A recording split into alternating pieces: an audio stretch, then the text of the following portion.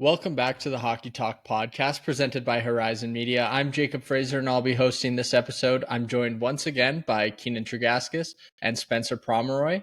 And today we're going to be talking about some of the big name restricted free agents still available, as well as which Canadian team will be the next to lift the Stanley Cup. And we'll wrap up our episode today with the second edition of Hockey Talk Jeopardy. Before we get into the show, how's it going, boys? Been good. It's been a couple of weeks, but yeah. Yeah, it's going good. You absolutely nailed my name, so I'm happy with that. I always struggle with the Pomeroy. I don't know why. Pomeroy. All right. Well, yeah, let's just jump right into a couple of the restricted free agents that are still available. Mason McTavish of the Anaheim Ducks and Marco Rossi of the Minnesota Wild. They were a couple of names that we thought could get moved early on in free agency. Still no moves yet. Still haven't been signed by their teams. Where do you guys see this going? Like, do you see both of them staying, one of them leaving, both of them leaving? How do you see this playing out? I think at this point it'll just be both of them staying. Like, it just feels like that kind of off season. The trades happened already. Nothing big's gonna happen. They're just gonna sign some contracts, stay with their teams, especially Minnesota. They've got, I don't like their offensive depth outside of Kaprizov. They need Rossi. Yeah. One thing that's been reported a fair bit about Marco Rossi in the Wild is that Rossi wants somewhere near that Matt Boldy contract, whereas the Wild seem disinterested completely in going even above $6 million. That's on the Wild. They've got so much money now too. Yeah, but both of the their dead cap's gone. Like, yeah, it is. They've got so much money. That's a bad move. Bad move. I don't see why Anaheim wouldn't want to keep McTavish. Mm-hmm. It's especially in the direction they're going, and they lost Zegras, and he's kind of that captain material. So I think they're going to do whatever they can do to get that done. Yeah. Yep, Matt Boldy's making $7 million. I don't like that's a very team friendly deal for a guy who I think scored 30 last year. Marco Rossi should make 7.5 considering the rising cap. Mm-hmm. Yeah, I would agree with that. I'm surprised that Minnesota's unwilling to go near that Boldy contract. Like that seems like a fair benchmark to me for Marco Rossi, especially like you said, when you consider the rising cap, consider when Boldy signed that contract versus when Rossi's going to be signing. But I don't know, like the thing is with the Wild especially and Marco Rossi, they seem to not want to pay him the premium he deserves, but then in trade talks, they've been asking for the equivalent of what you'd expect for a budding star 21-year-old centerman. So I don't know how this plays out. I guess what team do you think for both players, McTavish and Rossi, which team could you see paying the price and benefiting the most from adding either of those two players? Like between Minnesota and Anaheim? No. Sorry. So yeah, like a team. So pick a team for Mason McTavish and a team for Marco Rossi that you could see that team paying what they would need to in order to make a trade with the Wild and the Ducks. Mm-hmm. I got an answer for both of them. It's the Vancouver Canucks. Yeah, I was going to say Toronto, but they're both centers. I think the Canucks have enough like capital now and enough prospects where they can afford to move, and they're going to be kind of forced to make a move because the back end's looking fine, but the depth up front is it's not that exciting. I would say there's not much of a future up there besides a couple players. So they can afford to move some pieces and get a nice young player. I just feel like their hand's going to be forced. The Canucks to. I'm looking at Puckpedia. They've got 3.2 million Vancouver. So they would have to move off of someone like Niels Höglander probably, who's getting $3 million. Which is fine because they have a lot of players similar to him, so they need a bit more of a talented player, which I feel like they'd be willing to pay up for that. For me, for Mason, sorry, go ahead. Well, especially after they traded Joshua, you kind of thought they were building for something a little bigger. Like, this isn't a tear it down, start from scratch situation. That's not the Vancouver way. So you'd assume that they're going to try and improve on the offense when you get rid of a guy who's making a couple million and was 2 years removed from almost 20 goals on the third line. Yeah. Yeah, for me, I picture a team like the Montreal Canadiens making a move for a guy like Mason McTavish, bringing in a second line centerman that has some size to play off as a 1-2 punch from Nick Suzuki, because they're another team that's currently, I mean, you can list like 30 teams in the NHL that are looking for another second line centerman, but they're a team that's made the playoffs. They're starting to come up on the rise here, and adding a player like Mason McTavish to their lineup, I think, would make a lot of sense for the Canadiens in particular. Yeah, and if they want to create, they've got the cap space for it. They're on Puckpedia, they're -4.5 right now, but that's excluding Carey Price's, or including Carey Price's 10.5. So they have some money left lying around. They're also paying Kirby Dach $3.3 million, and he plays like 20 games a year. So, well, that's who the McTavish replacement would be. Yeah. It would be exactly, yeah. I think fortune favors the bold. So if someone wants to go and make a move, then good on you. I don't like teams that just sit on their hands and wait for something to fall in their lap. You got to go. We've seen in other sports and that teams that are aggressive and go make moves, you have to take the risk to get the reward. Well, especially when you're like Vancouver and you don't have that deep of a farm system. Montreal, you can lay back for a minute because they've got their young guys coming up. Lane Hudson just won the Rookie of the Year, and they'll have Demidov, who will be good this year. Montreal can lay back for a little while, see if they can develop from within before having to pay for a player. But Vancouver definitely needs a second line center, and that's going to come from the outside. Yeah, I mean, you talk about making bold moves and stuff like that. Look at the Florida Panthers.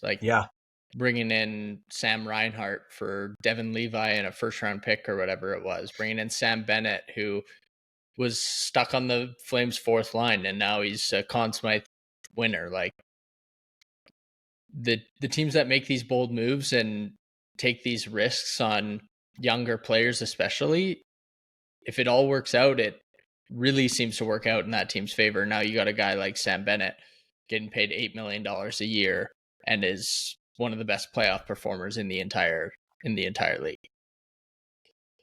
Let's shift over just quickly. Jackson Blake signed an extension yesterday, I believe it was, with the Carolina Hurricanes.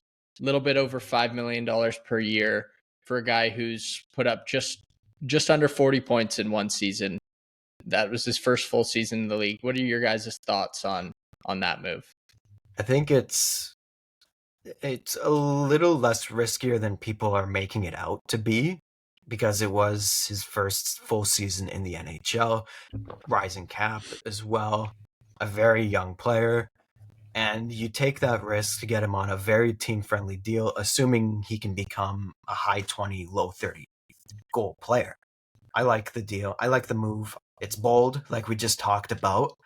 It shows that you want to compete, and you want to compete without having to pay an absurd amount of money for a good player.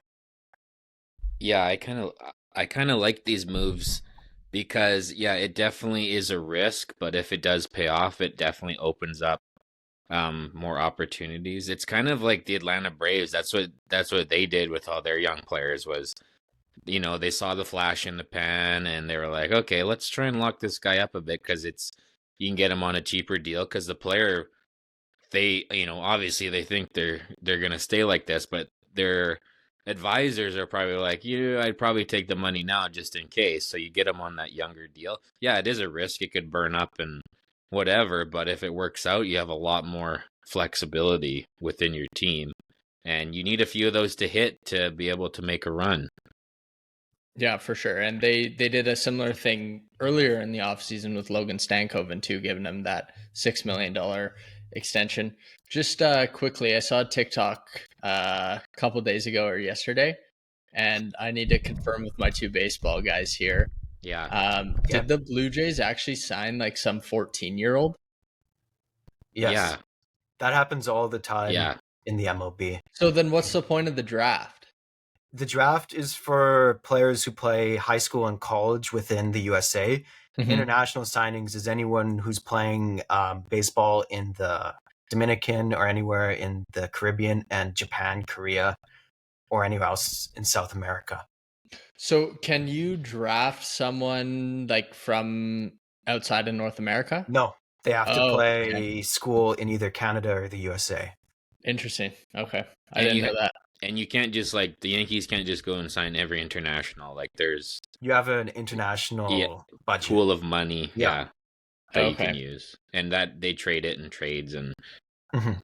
like it's not just like they fly to the Dominican and sign It's every kind guy of there. similar to European soccer in that way. Yeah, Right. Okay. because That they're aspect getting of- good money. He's Yeah. getting Yeah. like $5 million or something like that. I think it was like the 14. largest ever. It Yeah. was. Yeah, I saw that. An international teenager. Yeah. Yeah, Anyway, I just I yeah. just didn't know how that worked and needed to check with you guys. Check out All the bench and the check out the bench and the bleachers podcast. You can see Keanen, Spencer on there every now and then I don't know Alex's last name, but Alex is Tanaka. Keanen's buddy. Tanaka. Yeah. All right, let's shift over to the Canadian teams. We can start. Keanen, who should we go 7?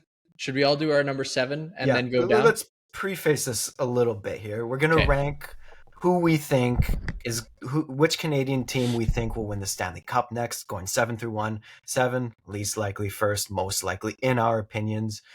This isn't next year, this is just in general. So if you think Calgary has such a good farm system, they're building so well from within, you can put them up 1, 2, 3 if you want. If you think Edmonton's going to put it together next year, they're your number 1. It could be however you want to take it, but we'll start with 7. Okay. Jacob, we'll start with you. Okay, my number 7, you just mentioned them, the Calgary Flames. Okay. I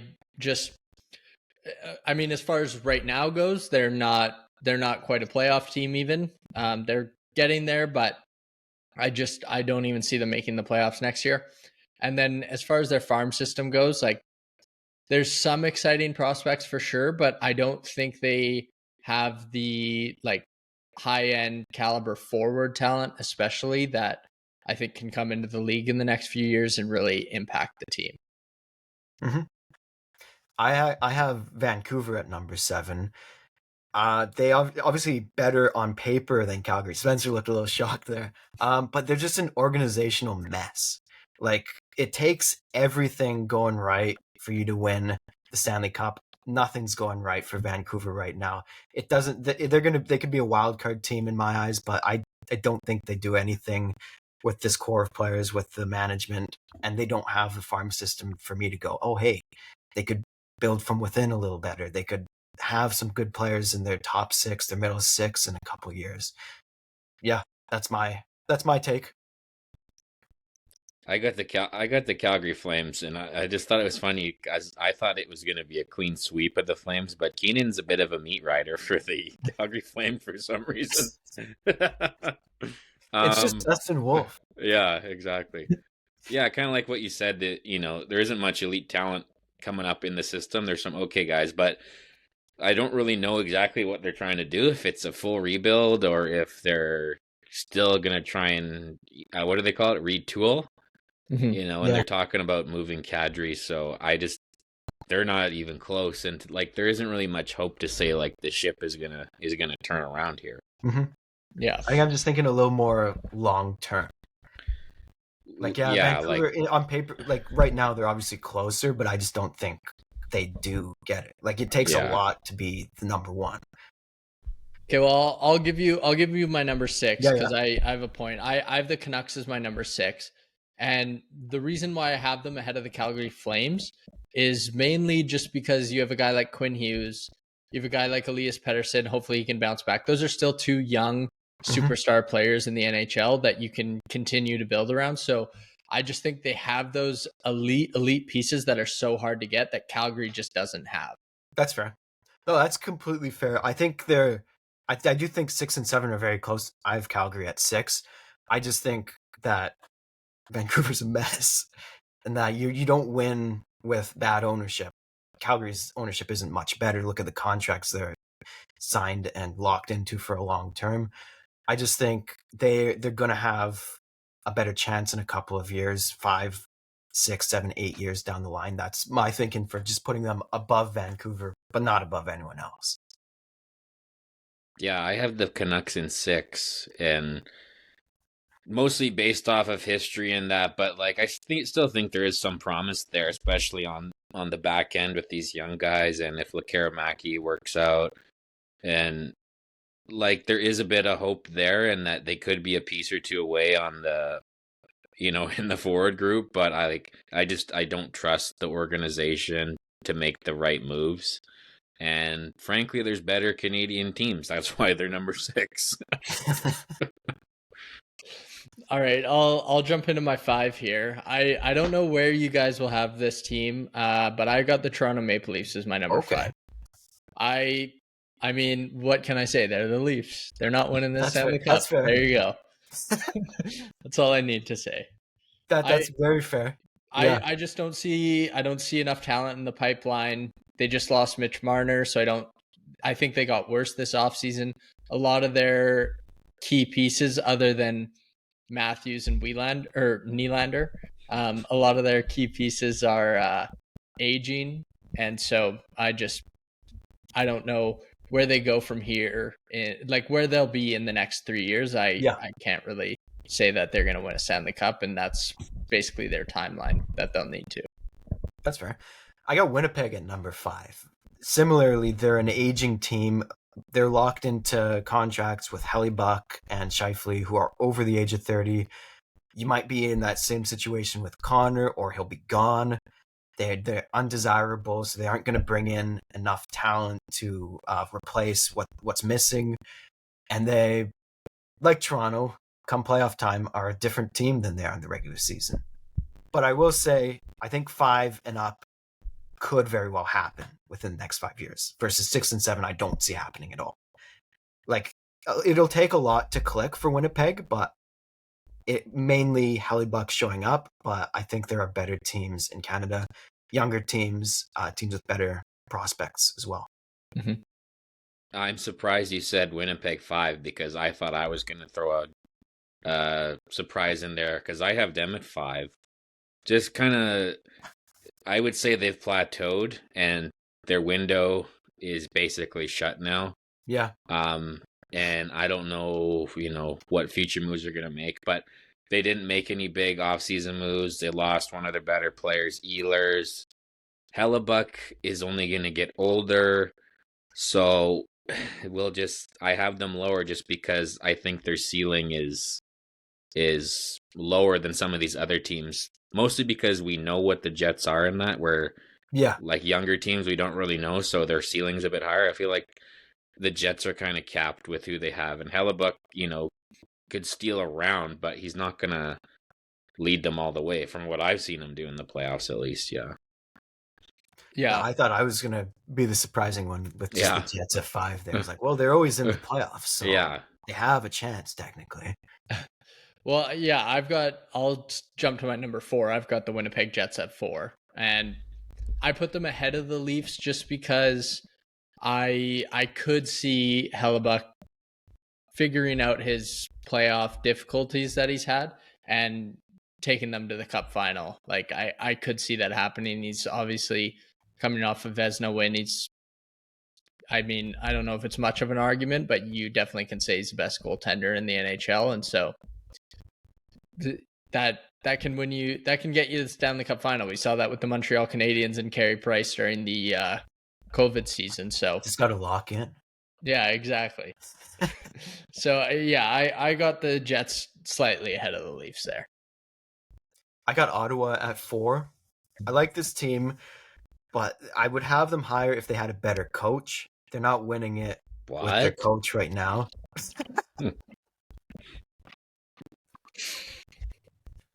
Yeah, I don't. Old boys club.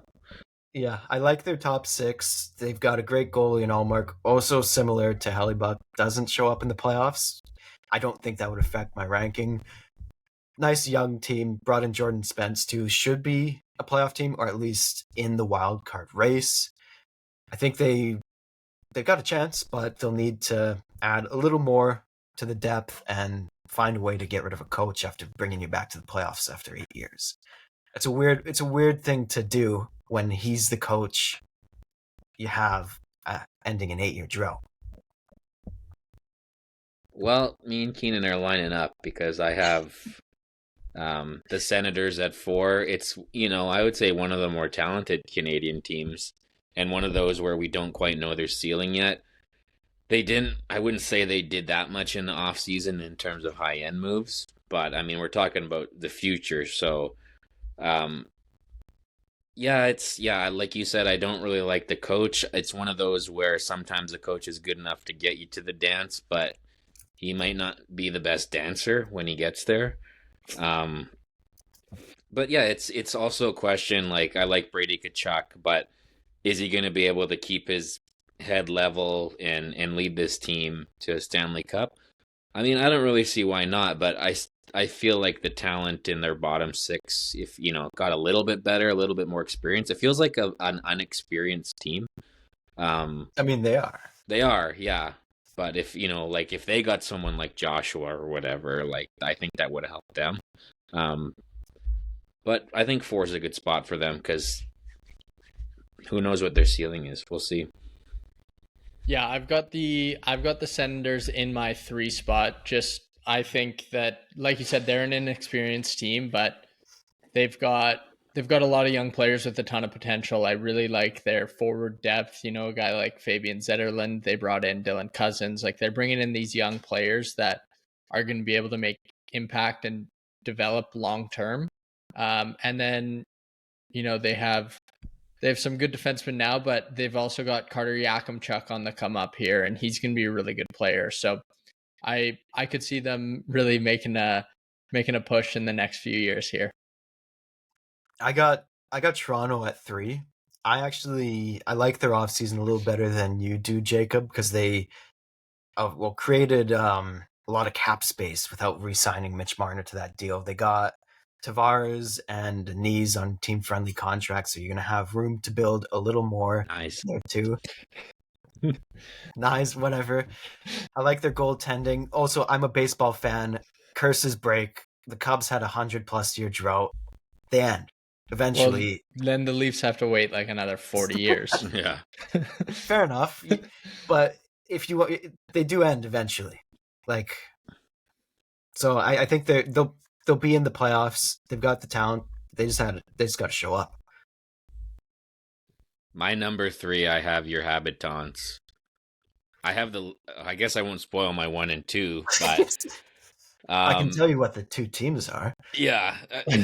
Like, they made some good moves. They got a young core. I like their younger players better than Ottawa's. The Dobson trade helps them a bit.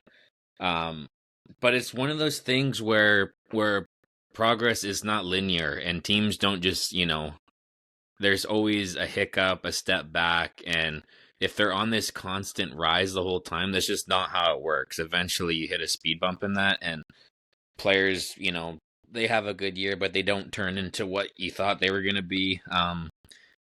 But I think they made some moves that definitely helped them today, and they're going to be in striking distance, I would say. I don't think the East is actually that much competition. Like, it's good, but it's not, like, besides Florida and those teams, it's pretty wide open. And if they can get goaltending, I don't see why they couldn't make a run if, these young players can keep their heads, and they got a pretty good coach, right? So a coach that they probably all respect, and I think I'd like to play for Marty, actually. But Montreal 3.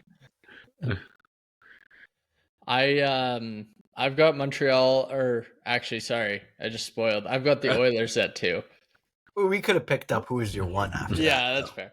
I've got the Oilers at 2. I'll get into why I have Montreal at 1 after, but Oilers, just, you can't deny McDavid and Draisaitl, of course, but this team didn't do much to get better this offseason. I just wasn't a big fan of the moves that they made, and I just kind of am concerned that maybe their window is closing here a bit, and now you need to get McDavid signed to a massive extension that's going to eat up a ton of cap space, and so you're going to be even more handcuffed come next offseason and the years after that. So I think it's kind of win now for them, obviously, but I just don't know if I have a ton of faith that they can get that done.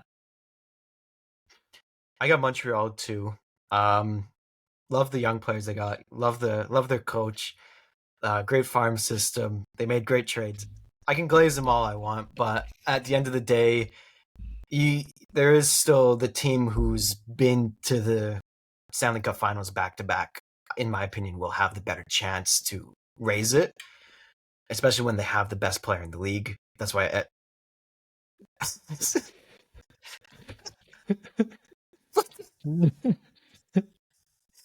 I'll get back on topic here. I think Montreal's got a great chance. I think they're doing it right. They're signing their young players to cheap deals before they have to pay $10+ million for everyone. They'll have room to bring in depth. I think they've got the star talent to be perennial playoff team. They'll just have to find a way to get over the hump because everyone needs to add something. If you're not adding, you're subtracting, right? Yep. So that's how it goes, I think. If you're not getting better, you're getting worse. I have the Toronto Maple Leafs at 2.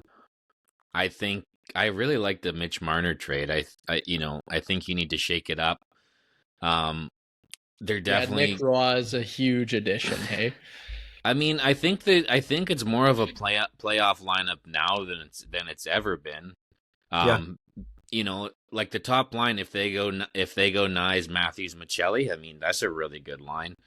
And then it's more of a depth lineup, I would say. But they got 2 good goaltenders, and I think they're just going to shake up the core more. So if they get, during the season it's not working out, I would expect them to try something else. But I mean, I like the talent that they have, and it's Toronto, so yeah, there's a history in that. But I feel like there's more pressure than there's ever been, especially for the coach and the manager. It's like, okay, if it was this group of players and then another group comes in and it doesn't work, well then who do you point the finger at then? It's on the people building the team. So Toronto at 2, will they do it? No, but I think there's only really one team, especially next year. But go on, who's your number 1?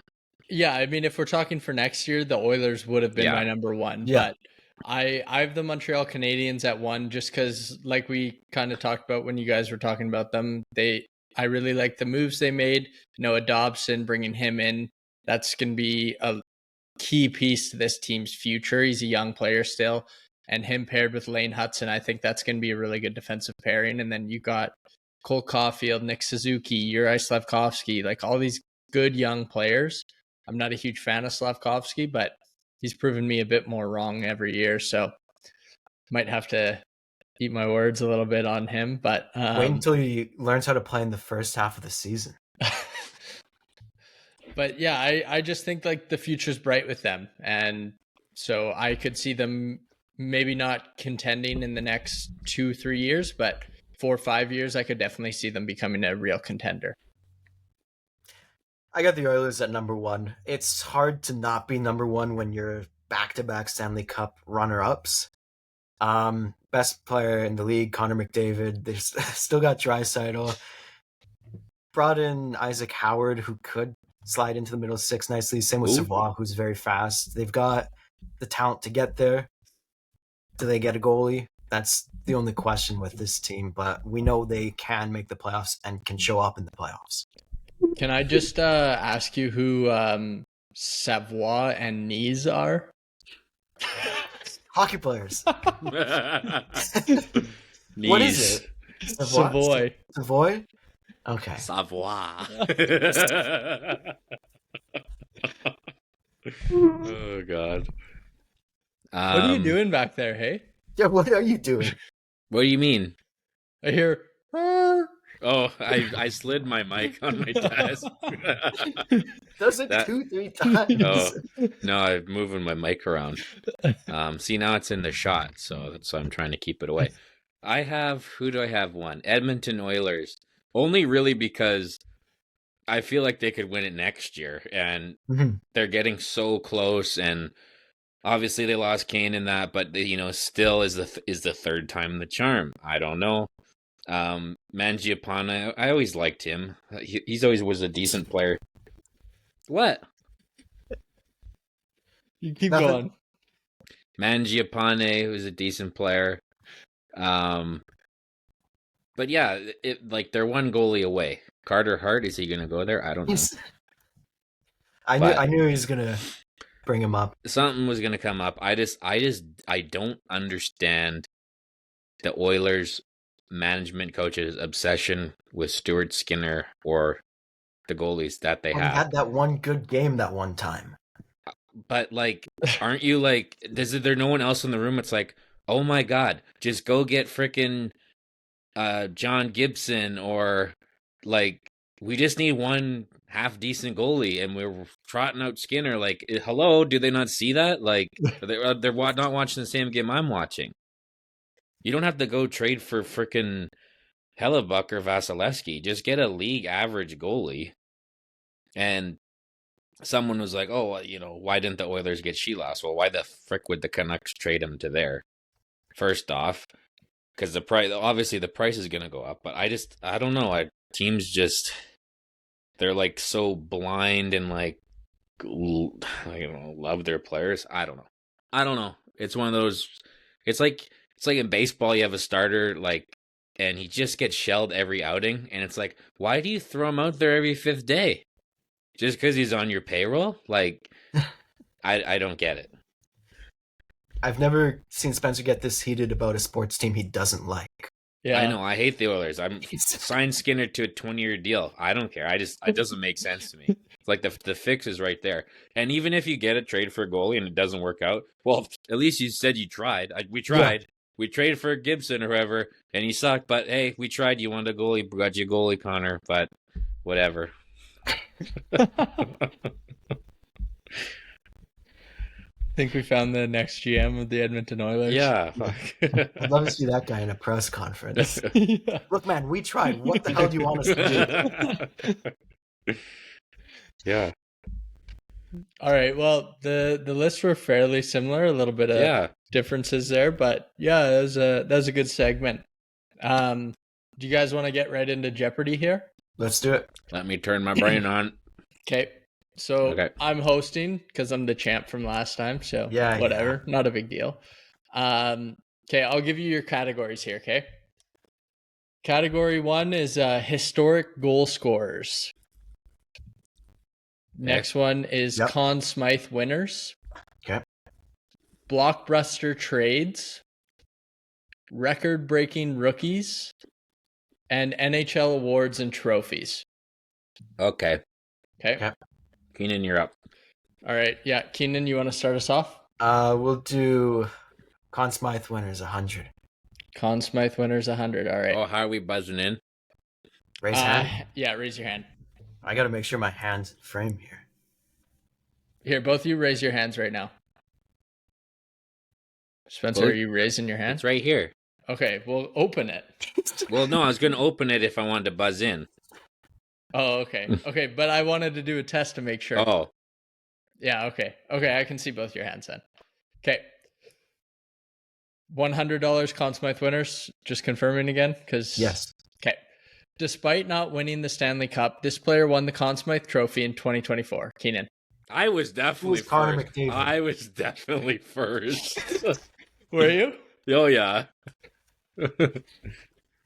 Anyways, give it to him, but I'll look at the replay later. Okay. At least on my end, I was VAR. first. VAR. Yeah. Okay, wait. I forgot. I'm gonna keep track of the score here. Are we getting points for wrong answer? Oh, do you guys want to do negative points for wrong answer? It's me and Spencer. We're gonna make a lot of mistakes. We'll owe you money. Okay. All right, Keanen, next. We'll do Conn Smythe 200. Okay. This player won his first and second career Conn Smythe trophies after winning back-to-back Stanley Cups in 2016 and 2017.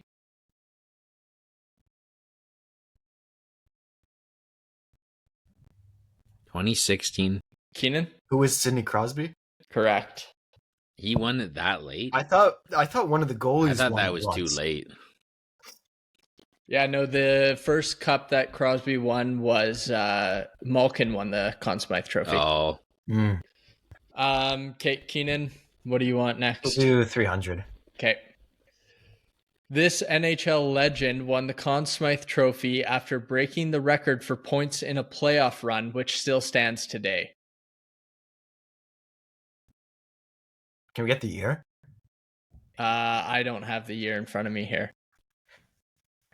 Spencer. Wayne. Who is Wayne Gretzky? Correct. That's fair, yeah. I didn't put down the year because I didn't think you'd need the year for that one. Wayne Gretzky. Conn Smythe 4. Okay. This goaltender holds the record for the most Conn Smythe trophies with 3 after winning it. Spencer? Who is Martin Brodeur? No. After winning it with 2 separate teams in 1986. Keanen? Who is Dominic Hasek? Incorrect. In 1986, 1993, and 2001. Spencer? Who is Patrick Waugh? Correct. Yeah, that's where I was There we going there next. Okay. Or as Keanen would say, Patrick Roy. Conn Smythe 5. Okay. This defenseman became the first player in NHL history to win the Conn Smythe trophies, or to win multiple Conn Smythe trophies after winning in 1970 and 1972. Keanen? Who's Bobby Orr? Correct. All right. All the Conn Smythe categories done. Blockbuster trade 100. All right. This former second overall pick was dealt to the Vegas Golden Knights in 2021. Spencer? Who is Jack Eichel? Correct. On the heater. Blockbuster 2. Okay. Sorry, I just put down the wrong number for your score. This player was traded in the 2022 offseason and went on to win 2 Stanley Cups despite Keanen. Who is Matthew Tkachuk? Correct. Damn. Yeah, Damn it. 2 cups.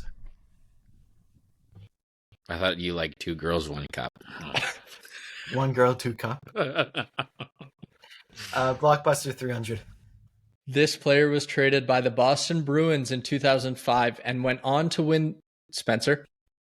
Who is Joe Thornton? Correct. I remember that trade. I remember watching it on TV. Oh, really? I was 2 years old. I was 10, I think. Blockbuster 4? Yeah. This historic trade centered around a key piece that changed the shape of the NHL in 1988, featured 5 players and 3 first-round picks. Who was the main piece in that trade? Keanen. Who is Wayne Gretzky? Correct. Wayne Gretzky. Blockbuster 500. Okay. This player was acquired in a deal that saw Ron Hextall, Peter Forsberg, and 3 other players, along with $15 million and 2 first-round draft picks, despite the player acquired never having played a game in the NHL. Spencer? Shot in the dark. Who is Eric Lindros? Correct. Let's go. All right. Do you want me to list the categories again? Yeah, what 3 are left? Record-breaking rookies, historic goal scorers, and what's the last one here? Oh, NHL awards and trophies. Historic goal scorers for 1. Okay. This player broke the all-time goal-scoring record against the New York Islanders during... Spencer? Who's Alexander the Great Ovechkin? Correct. Awards for 1. Awards for 1? Okay. This player has won the most Norris trophies for the league's best defenseman. Spencer? Who is Nicholas Lidstrom? Incorrect. Oh. Keanen? Who was Bobby Orr? Correct. Oh, I got scammed. Lidstrom, I think, has won 7. Bobby Orr's won 8. Oh. Okay. Sorry. Goal scorer is 200. Okay. This player scored the Stanley Cup winning goal in overtime of the 2010 Stanley Cup. Spencer? Oh, shit. 2010? Yeah. I don't think this was 2010. Who's Alec Martinez? Incorrect. No, it wasn't 2010. In the 2020, oh my gosh. In the 2010 Stanley Cup final, helping his team defeat the Philadelphia Flyers in Game 6. Spencer. Who is Patrick Kane? Correct. Were you going to say that? I was going to say Jonathan Taves. Oh, no. Patty Kane. He snuck it in. No one even know he scored it. Yeah. Yeah. Awards 2. Awards 2. All right. This player has won the most Selke trophies with 6 for the league's best defensive forward. Spencer? Who is Patrice Bergeron? There you go. I had to put one in for you. Oh, there he is. Rookies for 1. Okay. Record-breaking rookies. Following the 2005-2006 season, despite scoring 102 points in his rookie year, this player did not win the Calder Trophy. Spencer? Who is Evgeny Malkin? Incorrect. Keanen? Who is Sidney Crosby? Correct. Well, who won it? Ovechkin? Yeah. Yeah, I think Ovechkin had 105 or 106 points that year. All right. We'll do awards 400. Awards 400? You haven't done awards 300 yet. Okay, we'll do 300. Okay. This original 6 team has won the most President's Trophies for having the league's best record in the regular season. Keanen. Who's the Montreal Canadiens? Incorrect. Spencer? Who is the Chicago Blackhawks? Incorrect. Keanen. Who's the Detroit Red Wings? Correct. Oh. We were getting there. Yeah. I was worried you're going to name all 6. All right, next. Awards 400. Okay. Between 1955 and 1969, this goaltender won a record 7 Vezina trophies, 6 of which were as a member of the Montreal Canadiens. Spencer. Who is Jacques Plante? Correct. I'm surprised Keanen didn't get that one. That's before my time. No, that's right, my prime. Jack Plant.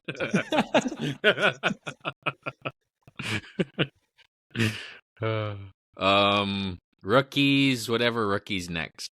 Okay. This former 10th overall pick shattered the rookie goal scoring record, scoring 76 in the 1992-93 season as a member. Keanen? Who is Teemu Selanne? Correct. Oh, the Finnish Flash. All right. 76 goals? Yeah. Yeah, 76 Holy. Goals in his 2 rookie rookies, season. 300. Okay. This Montreal Canadiens defenseman became the first rookie. Keanen? Who is Lane Hudson? Correct. Wow. That was a shot in the dark. It Yeah. could have been some other random defender. It was to record 60 assists in the 21st century. Yeah. Rookies 400.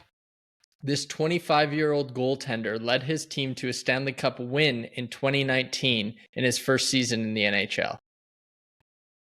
Keanen? Who is Jordan Binnington? Correct. Damn it. All right. Rookies 500. This New York Islander became the first rookie in NHL history to score over 50 goals in their first season. Spencer? Who is Mike Bossy? Correct. Fuck, I'm good. You're sending him back to his heyday. Yeah. What do I got left? So you still have historic goal scores from 300 onward, and then you have 500 for NHL awards. NHL awards for 500. Oh, and oh no, never mind. We did all the trades. Okay. This NHL head coach has won 3 Jack Adams awards, the most in league history, with 3 separate teams.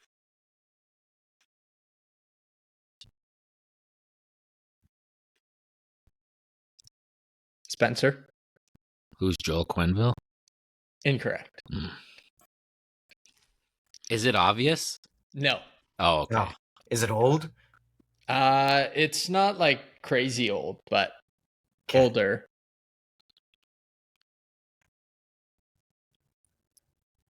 He doesn't coach anymore. No. Oh. Do you want the answer? Idea. Give us the first name. Pat. Oh. Maroon. Pat Quinn? No. Pat Summerall. No. Pat. What's it start with? I'll just give you the name. It's Pat Burns. Oh, Pat Burns. Oh, okay. Yeah. Whatever, man. All right. So all you guys have left is rookie or just the goal scores, 300, 400, and 500. Goal scores 3. Okay. This defenseman scored both the conference finals and Stanley Cup final winning goals in overtime. Keanen? Who is Erik Karlsson? Incorrect. Help, Spencer? Who is Alec Martinez? There you go. I was thinking of their 2017 run. He didn't score the Stanley Cup final winning goal. That's why I wasn't sure. I just knew he scored to beat Ottawa. I was like, oh, it could be him. Do you want 400 now? 500. You want 500? Yeah. Okay. This player was the first to reach 500 career goals in NHL history. Spencer.